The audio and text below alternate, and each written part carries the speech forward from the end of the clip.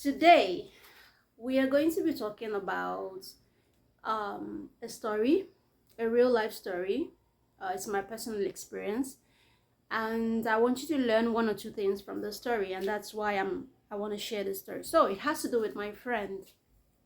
Okay, so my friend in 2023, I think I got to know him 2022 or early 2023.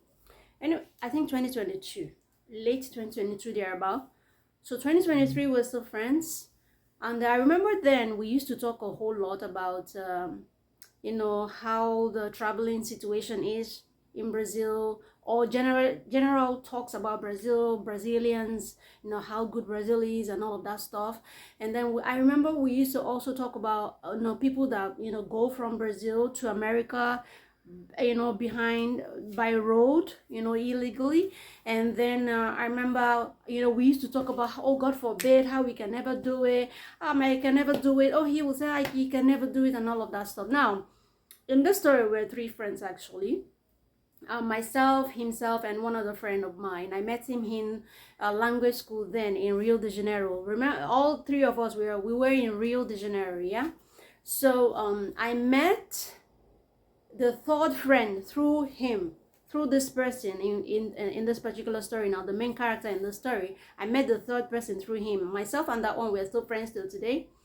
But himself, like I said, he's the center of the story. He's the one that made the journey from here to America by road. That's what, like I said, we used to talk about how we cannot do it and how it's just dangerous and so illegal, we can't do it and all of that stuff. Anyway, I remember then also that he used to always complain about, oh my God, there are no jobs, the jobs are there, it's hard to find. I used to encourage him. I used to like, don't worry, there are jobs, you just need to take your time.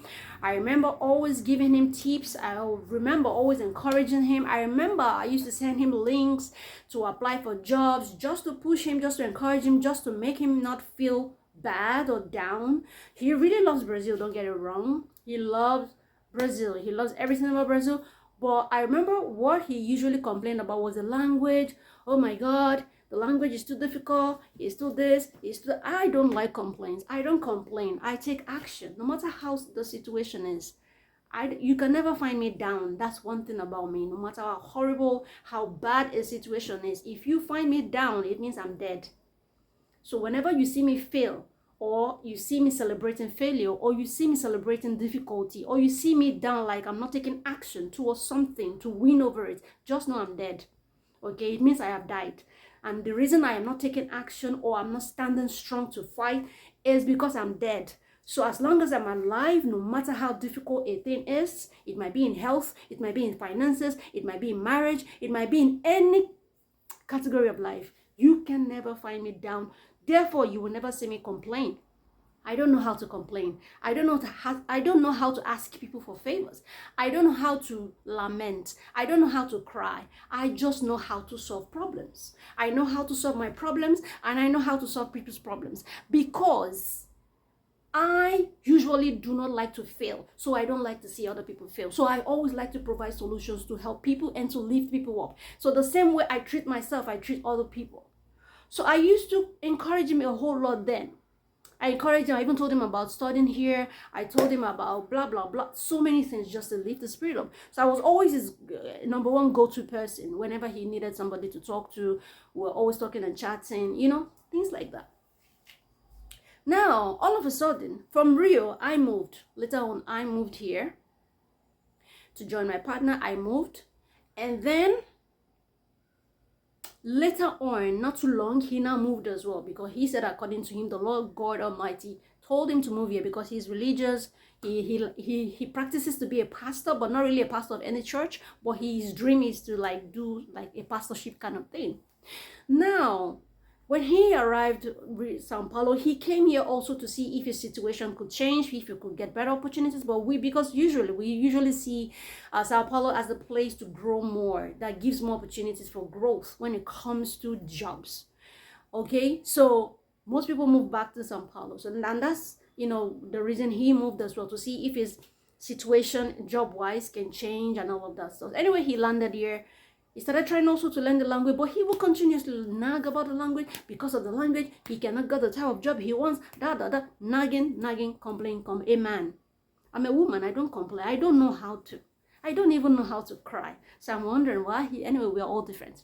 So, anyway, long story short, all of a sudden at some point in our communication, I realized that he stopped communicating.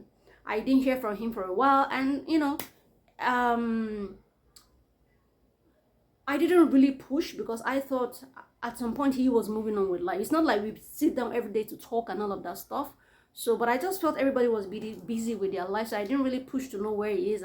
And again, I usually see him on Facebook, and he doesn't post every day, but then I just knew he was somewhere, so there was no need to be chasing him up, and because I never would think that he would do what I'm about to talk about today. So anyway, I stopped getting communications from him, and for a while I was wondering at some point, where is he, what's happening to him, and all of that stuff. But that is that. At that time, I think I was battling with my own pregnancy thing, and all I was pregnant, I was dealing with my own life, and I didn't really think that maybe something was going on in his life. Like I said, he usually complains a lot. I always encourage him. So I thought I had encouraged him enough for him to pick up his life and just find something to do. I even gave him a job link.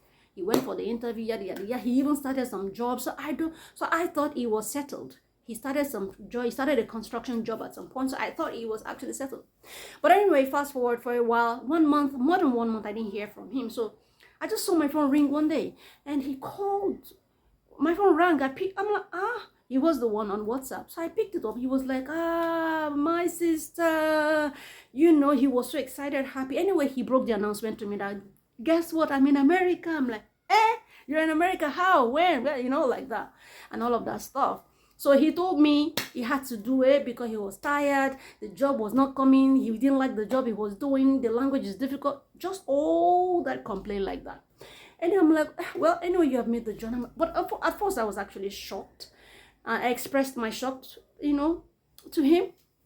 And then subsequently, I'm like, are you settling well now? He was like, oh yeah, he's actually got his first car. His friend that has been here for 30 years gave him a car. He was narrating happy stories and happy. I'm like, okay, I'm happy for you and all of that stuff. Now, mind you, I have one more friend, the third one, who is in Rio de Janeiro, still there, and up till today, still there. He later, like say 3 weeks later from the day that our friend has gone to America, called me. 3 weeks later, he called me. He was like, have you heard from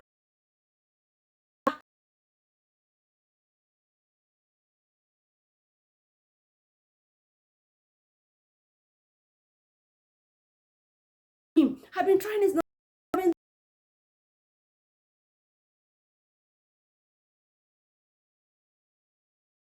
He only called me.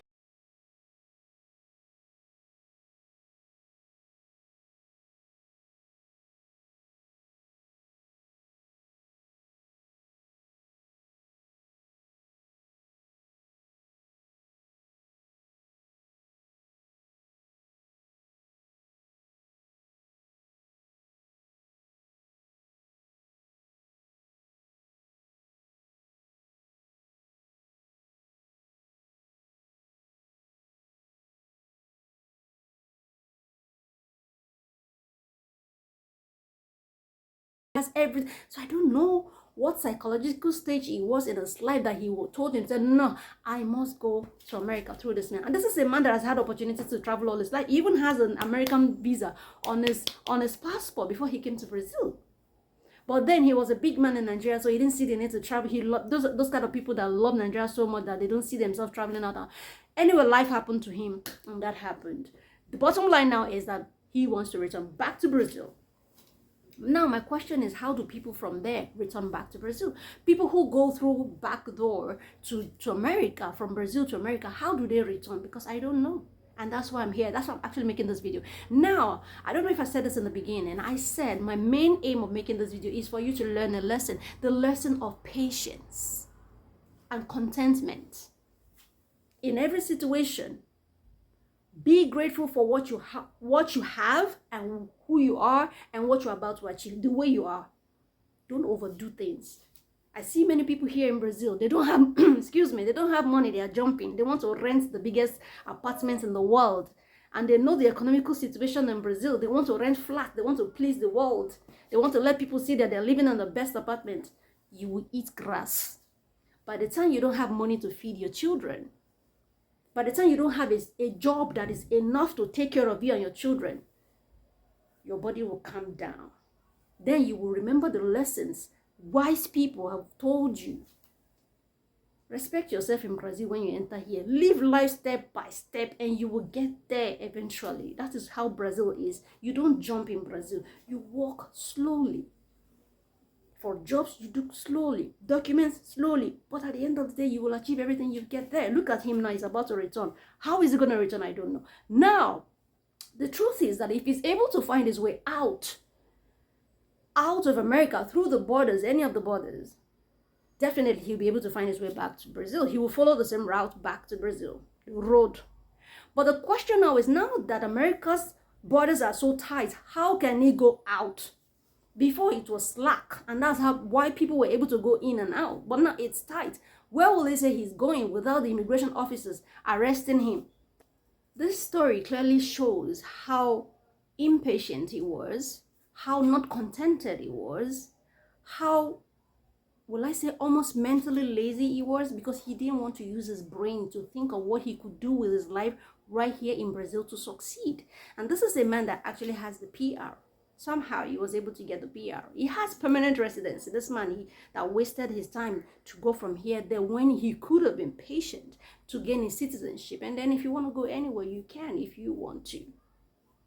Now he's there stuck, still complaining about the same things he was complaining about here. So who is the problem? What exactly is the problem? That means you are absolutely the problem.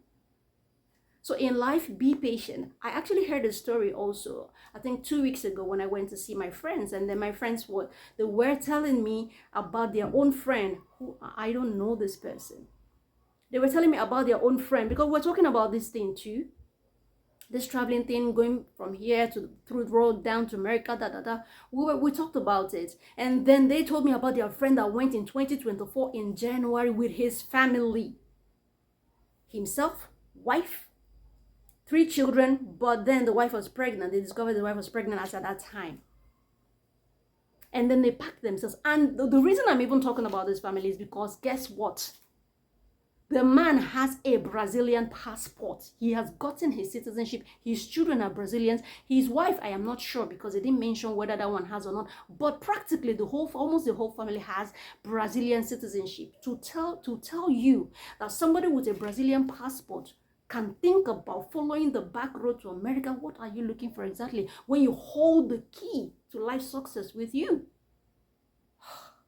When I was talking about like narrating and analyzing the situation with my friends, they were like, no, it's the wife, the person who actually brought up the story. It's the wife. The wife was the one that was pushing and pushing. I'm like, okay, because the man does not have brain. Okay, because the man, when they went to the supermarket, they forgot his brain there. Then he came home with an empty head.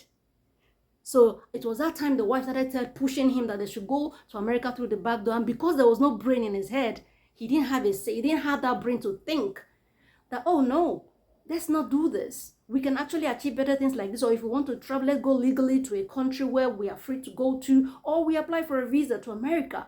His brain wasn't there because they left it at the supermarket, right? I'm like, nah. So even if your wife is pushing, you have that brain to think yourself that, no, I don't want to go. You have a mind of your own as well. So that's not an excuse. So a whole family packed themselves in 2024, this last year that we just finished, went through the back door to America, and now they are lamenting. According to them, the husband is lamenting. He's not finding it funny. How do you get papers there easily? You are so illegal to a point where, I don't know, you're going to live there for years without papers. And what freedom does that give you? Let me know what your thoughts are in the comment section. This is a story that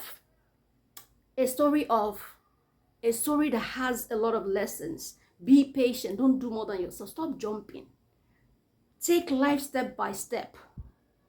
Take life step by step. Anywhere you find yourself, not just this Brazil situation. Crawl before you walk and then run. And then if you want to fly after running, you can start flying.